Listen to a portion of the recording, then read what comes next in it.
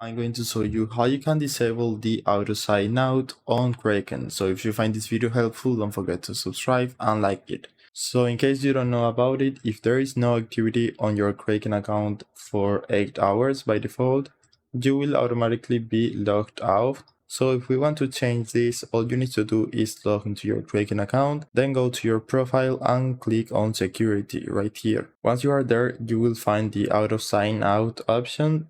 By default, as you can see, it's at 8 hours, but we can edit by clicking right here, and we can put 7 days, which is the maximum amount. You can also put other between 2 and 10,000 minutes, but what I recommend you, if you want to disable this, is put 7 days, and this way, if your account has no activity at all in 7 days, you will be signed out. So that's it. That's the only thing you can do to disable the auto sign out on Kraken. I hope it was helpful and thanks for watching.